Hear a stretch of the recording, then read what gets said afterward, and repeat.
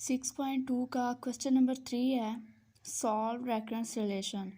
Question number 1 और 2 में हमने मतलब बताना था कि कौन सी रेकरेंस रिलेशन है और कौन सी नहीं। क्वेश्चन नंबर 3 और 4 बिल्कुल सेम है। इनमें हम लोगों ने इन रेकरेंस रिलेशंस को सॉल्व करना है। क्वेश्चन नंबर 3 का ए पार्ट है, a n is equal to 2an-1 for n is greater than और equal to 1, a0 is equal to 3। जब भी किसी रेकरेंस रिलेशन को सॉल्व करना है तो सबसे पहले इसको मैंने अलहदा से लिख लेना है। ये हमारे पास an is equal to 2an-1, ये हमारे पास जो रेकरेंस रिलेशन है इसको मैंने लिख लिया। अब क्या करना है, हमने ए एन को लेट कर लेना है आर के। ए को मैंने लेट किया आर और ये जो एन है ना आर की पावर में चला जाएगा, ठीक है, r n. So a n is equal to r n. अब देखें यहाँ पर ए एन की जगह पे ये हमने ए एन की जगह पे लिखा था, a n is equal to r N.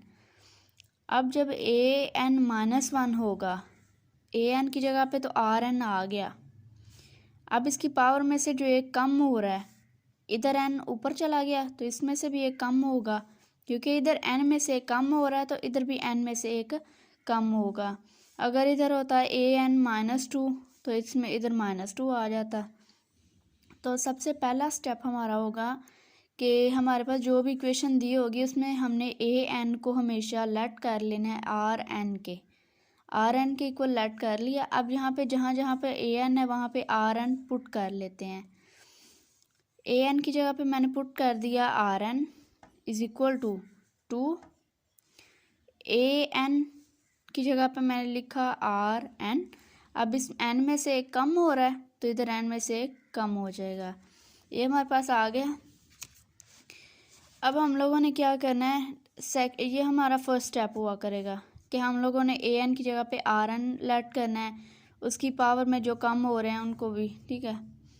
Second step में हमने क्या करना है कि हमारे पास जो सबसे छोटी वैल्यू होगी ना उसको दोनों तरफ डिवाइड करना है। छोटी वैल्यू मतलब आर एन की छोटी वैल्यू, आर एन ग्रेटर है, सॉरी आर एन ये वाला आएगा, ये ए एन के साथ है, आर के साथ जाएगा, जब आएगा तो इसकी पावर में चला जाएगा।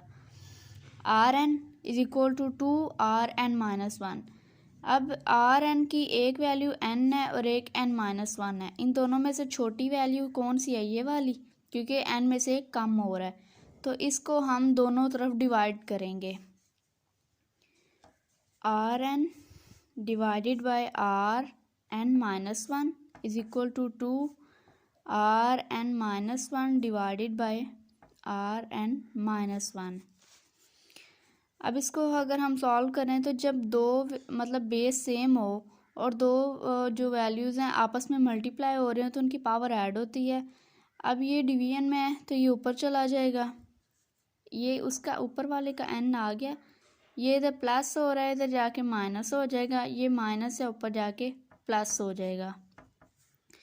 ये दोनों कैंसिल हो जाएंगे तो इधर बच के हमारे पास 2 -n + n cancel, r is equal to 2। ये हमारा सेकंड स्टेप। थर्ड स्टेप में हमने क्या करना है कि r की जो जितनी भी वैल्यूज़, यहाँ पर तो एक ही वैल्यू है ना, r की जो भी वैल्यू होगी उसके साथ हमने अल्फ़ा लगाना है, अल्फ़ा 1, ठीक है, अल्फ़ा 1 लगा दें और 2 मतलब जो रूट आएगा उसकी पावर n लिख लेनी है। इस तरफ हमने ए एन लिख लेना है। ए एन इक्वेशन वाला इज इक्वल टू जो भी रूट आएगा उसकी पावर n लिख लेनी है और उसके साथ अल्फ़ा लगा देना है।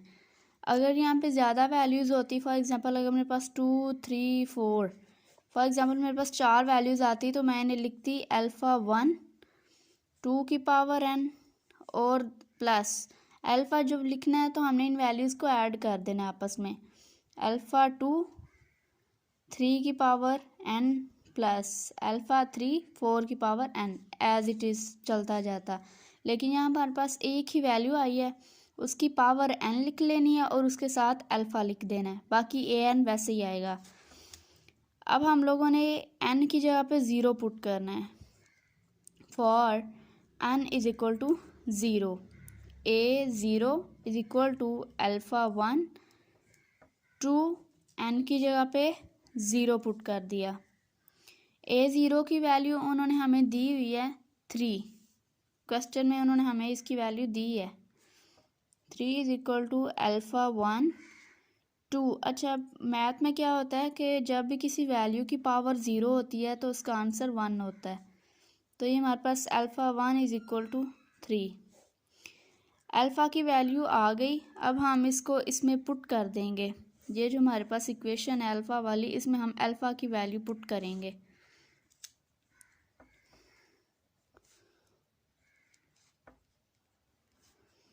इक्वेशन क्या है, a n is equal to alpha 1 2 की पावर n। ये एज इट इज़ रहेगा, जस्ट हमने इसकी वैल्यू पुट करनी है। तो ये आएगा ए एन अल्फ़ा 1 की जगह आएगा 3 डॉट भी लिख सकते हैं हमको 2 की पावर n। तो ये इसका आंसर है। सारे जितनी भी इक्वेशन सॉल्व करनी है सबका सेम मेथड है। सबसे पहले आप लोगों ने उस इक्वेशन को लिख लेना है। ए एन की जगह पे आपने आर एन लिखना है, आर की पावर n, ठीक है। तो उसके बाद उसमें से जितनी वैल्यूज़ कम होती जाएंगी आपने वो लिख लेनी है। अब देखिए ए एन की जगह मैंने आर की पावर n लिख लिया is equal to 2। A n की जगह आर एन उसमें इसकी पावर में से कम हो रहा था, मैंने इसमें से कम कर दिया। उसके बाद आप लोगों ने क्या करना है कि आर एन की छोटी वैल्यू, अब यहाँ पर हो सकता है आर आगे ए एन -2 भी होता, 3 भी होता, तो जो